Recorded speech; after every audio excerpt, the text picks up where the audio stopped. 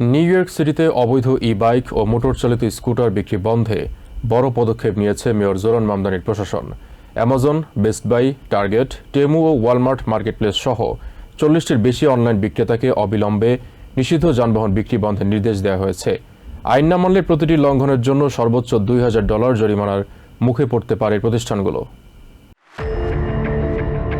New York সিটিতে অবৈধ ebike ও মোটর চালিত স্কুটার বিক্রি এবং সরবরাহ বন্ধে পদক্ষেপ নেওয়ার ঘোষণা দিয়েছেন mayor Zoran Mamdani. Today we are here to take an action that is long overdue. বুধবার এক সংবাদ সম্মেলনে মামদানি বলেন, দীর্ঘদিন ধরে অপেক্ষায় থাকা এই পদক্ষেপের মাধ্যমে নিউ ইয়র্কের রাস্তায় অবৈধ ই-বাইক ও মোটর চালিত স্কুটার বিক্রি এবং সরবরাহ বন্ধ করতে যাচ্ছে তার প্রশাসন। It is the responsibility of retailers to only sell the vehicles permissible under New York law in our city.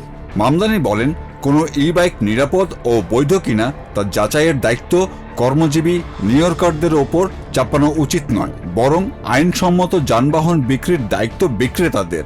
এ কারণে Amazon, Best Buy, Target, Temu, Walmart, marketplace, Wayfair, সেগোওয়েস সহ ৪০টির বেশি অনলাইন বিক্রেতাকে সিজ অ্যান্ড ডিজিস্ট চিঠি পাঠানো হয়েছে। All of us are alarmed by this spike in e-bike and e-scooter related deaths and injuries in our city.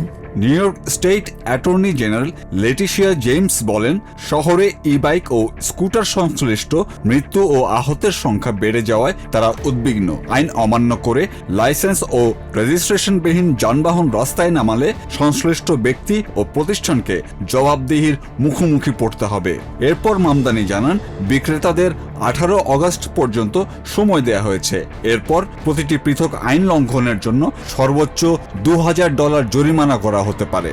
We are going to hold them accountable. They have until August 18th. Mamdani আরও বলেন, Amazon, Best by ও ওয়েফেয়ারের মতো দেশের বৃহত্তম কিছু বিক্রেতা আইনের সীমার বাইরে কার্যক্রম চালিয়েছে, যা প্রশাসনের জন্য গুরুতর উদ্বেগের বিষয়। Today we are speaking about companies like Amazon, Best Buy, Wayfair, some of the largest retailers in the country. আইনের সীমা ব্যাখ্যা করে মামদানি বলেন, ঘন্টায় 25 মাইলের বেশি গতিতে চলতে সক্ষম ই-বাইক অবৈধ, ঘন্টায় 20 মাইলের বেশি গতি স্ট্যান্ড আপ স্কুটারও অবৈধ। একইভাবে ভেহিকেল আইডেন্টিফিকেশন নাম্বার ও লাইসেন্স প্লেটবিহীন মোপেড আইন বিরোধী। অনলাইনে বা অন্য যে কোনো উপায়ে বিক্রি হোক, পরিদর্শন ও জবাবদিহি নিশ্চিত করা হবে। But at this point in time, it's all about enforcement and compliance with the law and ensuring that New York. Letitia James বলেন, আপাতত তাদের প্রধান লক্ষ্য আইন প্রয়োগ, বিক্রেতাদের আইন মানতে বাধ্য করা এবং নিউ ইয়র্কারদের নিরাপত্তা নিশ্চিত করা।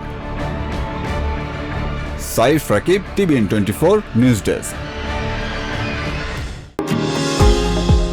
নিউ ইয়র্ক থেকে সম্প্রচারিত TVN24 টেলিভিশন বিশ্বজুড়ে বাঙালির কণ্ঠস্বর।